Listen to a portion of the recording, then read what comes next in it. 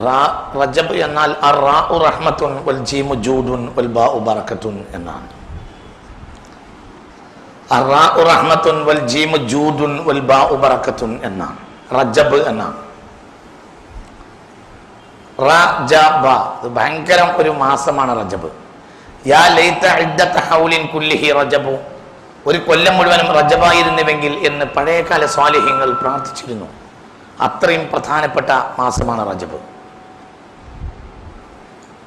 റജബ് വളരെ പ്രധാനപ്പെട്ടതാണ്. റജബിൽ അള്ളാഹുവിന് വേണ്ടി ഒരുങ്ങിയവർക്ക് മാത്രമേ റമളാൻ കിട്ടുള്ളൂ. അള്ളാഹു തൗഫീഖ് തരട്ടെ.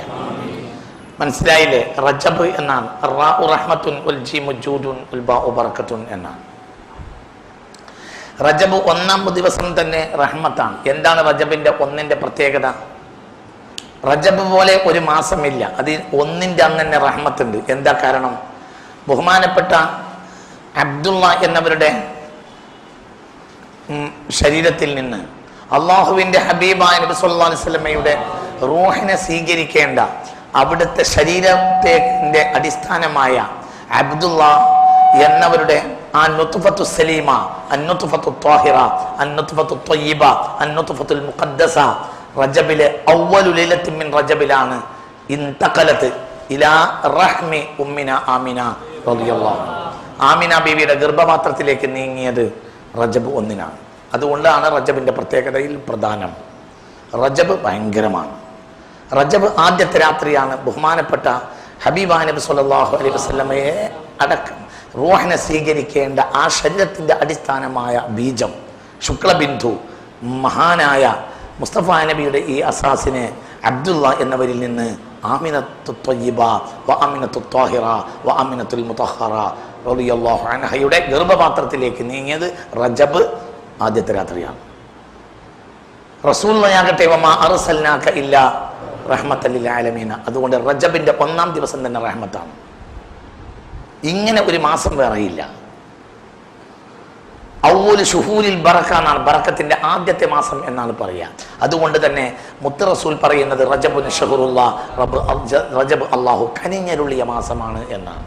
റജബുൻ ഷഹറുല്ലാ, റജബ് അള്ളാഹുവിന്റെ മാസം. അള്ളാഹുവിന്റെ മാസം എന്നാൽ അള്ളാഹു കനിഞ്ഞരുളിയ മാസം, അതാണ് റജബ്. റമളാൻ ആദരിക്കപ്പെടാത്ത കാലമുണ്ട്, റജബ് ആദരിക്കപ്പെടാത്ത ഒരു കാലം മിൻ ലദുൻ ആദം ഇലാ യൗമിന ഹാദാ ഇല്ല. റമളാൻ ആദരിക്കപ്പെടാത്ത കാലമുണ്ട്, റമളാൻ ശറഅക്കപ്പെടാത്ത കാലമുണ്ട്. എന്നാൽ റജബ് ശറഅക്കപ്പെടാത്ത ഒരു ശരീഅത്തും ലോകത്തുണ്ടായിട്ടില്ല. മിൻ ലദുൻ ആദം, ആദം മുതൽ ഇന്ന് വരെ റജബ് ബഹുമാനിക്കപ്പെടാത്ത ഒരു കാലമില്ല. ഏറ്റവും ക്രൂരന്മാരായ ജാഹിലീങ്ങൾ പോലും റജബ് മാസത്തിൽ ആയുധമെടുക്കാറുണ്ടായിരുന്നില്ല. റജബിൽ ആയുധമെടുക്കുന്നവർക്ക് അനർത്ഥം സംഭവിക്കും എന്നാണ് പ്രമാണം. റജബിൽ ഒരാളെ ആക്രമിച്ചാൽ, എല്ലായിടത്തും ആക്രമിച്ചാൽ ശിക്ഷയുണ്ട്. റജബിൽ ആക്രമിച്ചാൽ ഇരട്ടിക്കിരട്ടിയാണ്. കാരണം റജബ് ആയുധമെടുക്കാൻ പാടില്ലാത്ത മാസമാണ്. മുളർ കബീലക്കാർ ഇസ്ലാമിന്റെ ബദ്ധവൈരികളായിരുന്നു. ആ ഭാഗത്തൂടെ ഒരാൾ മദീനയിലേക്ക് വരാൻ അവർ സമ്മതിക്കൂല. ഇസ്ലാമിന് ഇത്രയേറെ അനർത്ഥവും പ്രയാസവും വിഷമവും ഉണ്ടാക്കിയ ഒരു ജനത മുളർ കബീലക്കാരെ പോലെ നബിയുടെ കാലത്ത് ഇല്ല സല്ലല്ലാഹു അലൈഹി വസല്ലം. എന്നാൽ ഈ മുളരികൾ താമസിക്കുന്ന ഏരിയയിലൂടെ വേണം അനവധി കബീലക്കാർക്ക് മദീനയിൽ വരാൻ. അവർ വരൂല, അവർ 11 മാസവും വരൂല.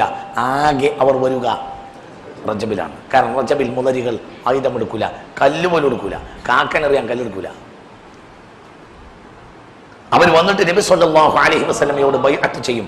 അത്യാവശ്യ കാര്യങ്ങൾ മാത്രം പഠിച്ചിട്ട് നബിയോട് പറയും, നബിയെ കൂടുതൽ പഠിക്കാൻ നേരല്ല, റജബ് കഴിയുന്നതിന് മുമ്പ് ഞങ്ങൾക്ക് മുളർ കബീലക്കാരുടെ ഏരിയ വിട്ടിറക്കണം, ഇല്ലെങ്കിൽ കൊന്നുകളയും.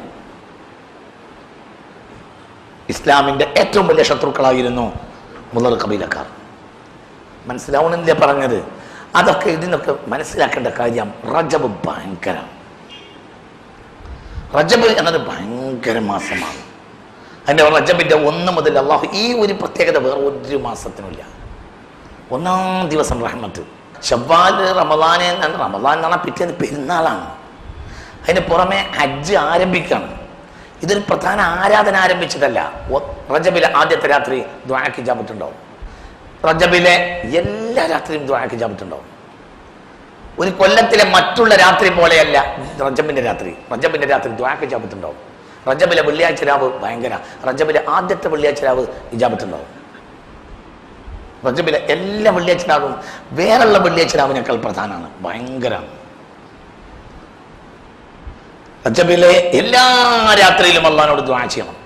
റജബിന് ഇനിയും പ്രത്യേകത ഉണ്ട്, ഇനിയും പ്രത്യേകത ഉണ്ട്. ഞാൻ ആ ഭാഗത്തേക്ക് വരാം. റജബിന്റെ എല്ലാ രാത്രികളിലും റബ്ബിനോട് ദുആ ചെയ്യണം. എല്ലാവരും പ്രയാസം നീങ്ങിക്കിട്ടും, പ്രശ്നങ്ങൾ പരിഹരിക്കും. അതിന് അള്ളാഹു പറഞ്ഞിട്ടുള്ള ചില വഴിയുണ്ട്. ആ വഴി കാനൻ നബി സല്ലല്ലാഹു അലൈഹി വസല്ലം യദ്ഉ ബിഹാദിഹിൽ കലിമാതി, ചില വാക്കുകൾ കൊണ്ട് റസൂലുള്ളാഹി ദുആ ചെയ്തിരുന്നു. ആ വാക്ക് റജബിൽ ദുആ ചെയ്യാൻ വളരെ പ്രധാനപ്പെട്ടതാണ്. ക്ഷാമം ഒഴിവായി കിട്ടാൻ റജബിന്റെ രാത്രികളിൽ ഈ ദുആ ചെയ്താൽ മതി. അല്ലാഹുമ്മ റബ്ബസ് സമാവാതി വറബ്ബൽ അർളി വറബ്ബൽ അർശിൽ അളീം റബ്ബനാ വറബ്ബ കുല്ലി ഷൈഇൻ ഫാലിഖൽ ഹബ്ബി വന്നവാ മുനസ്സില التوراة والإنجيل والقرآن نعوذ بك من شر كل ذي شر أنت آخذ بناصيته أنت الأول فليس قبلك شيء وأنت الآخر فليس بعدك شيء وأنت الظاهر فليس فوقك شيء وأنت الباطن فليس دونك شيء اقضي عنا الدين واغننا من الفقر. ഉറങ്ങുന്നതിന് മുമ്പോ ശേഷമോ ഈ ദുആ റസൂലുള്ളാഹി പതിവാക്കിയിരുന്നു. റജബിൽ പ്രത്യേകിച്ച് നല്ലതാണ്. ഇനിയുള്ള 3 മാസം ഇത് ദായിമാക്കിയാൽ പ്രയാസം നീങ്ങിക്കിട്ടും. അല്ലാഹുമ്മ റബ്ബസ് സമാവ, ഏത് ദുആയും ഞാൻ മറന്നു പോണതിന് മുമ്പ് ഏത് ദുആയും ചൊല്ലിയാൽ വേഗം സുബ്ഹാന റബ്ബിക റബ്ബിൽ ഇസ്സത്തി അമ്മാ യസിഫൂൻ വസ്സലാമുൻ അലൽ മുർസലീന വൽഹംദുലില്ലാഹി റബ്ബിൽ ആലമീൻ ആമീൻ എന്നിട്ട് ആവർത്തിക്കാൻ പാടുള്ളൂ. ഇത് പുഷ് ചെയ്യും. ഒരു ദുആക്ക് ശേഷം സുബ്ഹാന റബ്ബിക റബ്ബിൽ ഇസ്സത്തി ചൊല്ലിയാൽ ആ ദുആ സ്വീകരിക്കും. അത് പൊതു നിയമമാണ്, ഞാൻ പറയണ്ട. അപ്പോൾ നിങ്ങൾ ആവർത്തിച്ച് ചെല്ലുകയാണെങ്കിലും ഒരു വട്ടം ചെല്ലിയാലും എന്ത് ചെയ്യണം? ഒരു വട്ടം സുബ്ഹാനക, പിന്നെ 2 വട്ടം ചെല്ലിയാൽ പിന്നെ സുബ്ഹാനക. അങ്ങനെ 100 വട്ടം ചെല്ലേണ്ട ഒരു ദുആ ഉണ്ടെങ്കിൽ ഓരോ വട്ടത്തിനും എന്ത് ചെയ്താൽ മതി? ഇജാബത്തുറപ്പാ.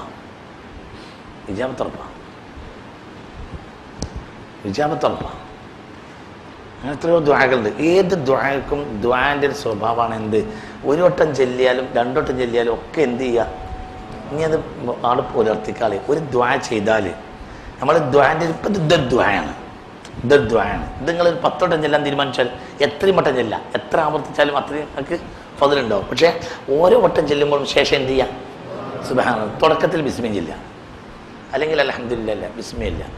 ബിസ്മില്ലാഹിർ റഹ്മാനിർ റഹീം. അല്ലാഹുമ്മ റബ്ബസ് സമാവാതി വറബ്ബൽ അർളി വറബ്ബൽ അർശിൽ അളീം വറബ്ബ കുല്ലി ഷൈഇൻ ഫാലിഖൽ ഹബ്ബി വന്നവാ മുനസ്സില التوراة والإنجيل والقرآن نعوذ بك من شر كل ذي شر أنت آخذ بناصيته أنت الأول فليس قبلك شيء وأنت الآخر فليس بعدك شيء وأنت الظاهر فليس فوقك شيء وأنت الباطن. നൂൻ എന്ന് പറഞ്ഞോ ലാമായ കാഫറോ അല്ലാഹു കാക്കട്ടെ. വഅന്തൽ ബാത്തിലു, നീ ബാത്തിലാണെന്ന് അതിൻ്റെ അർത്ഥം. ബാത്തിലല്ല, എന്ത്? ബാത്തിൻ പരോക്ഷം. ലാഹിർ പ്രത്യക്ഷം, ബാത്തിൻ പരോക്ഷം. പ്രത്യക്ഷവും നീ തന്നെ, പരോക്ഷവും നിന്ന്. നൂന് ലാമായി പോകരുത്, ലാമായ കാഫറോ. ലൂം നൂന് ലാമായ കാഫറോ. മനസ്സിലായില്ലേ? നൂന് ലാമായി പോയ കാഫറോ. അന്തൽ ബാത്തി നൂന് എന്തല്ല? ബാത്തിലല്ല. ബാത്തിലല്ല. അള്ളാഹു ഹക്കിൻ്റെ ഹക്കല്ലേ അള്ളാഹു അവൻ്റെ ഹക്ക് കൊണ്ട് നമ്മളെ നിലനിർത്തി തരട്ടെ.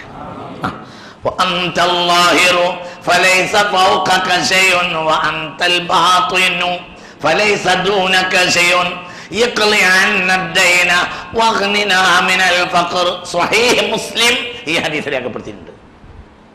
كان النبي صلى الله عليه وسلم يدعو بهذه إلى كان الليل كان يدعو النبي صلى الله عليه وسلم بهذه الكلمات. റസൂൽ ഈ ദുആ ചെയ്തിരുന്നു. റജബിൽ ഭയങ്കരമാണ്. ഇനിയുള്ള 3 മാസം റജബ്, ഷഅബാൻ, റമദാൻ ഭയങ്കരമാണ്. പ്രയാസം മുഴുവൻ നീങ്ങി കിട്ടും.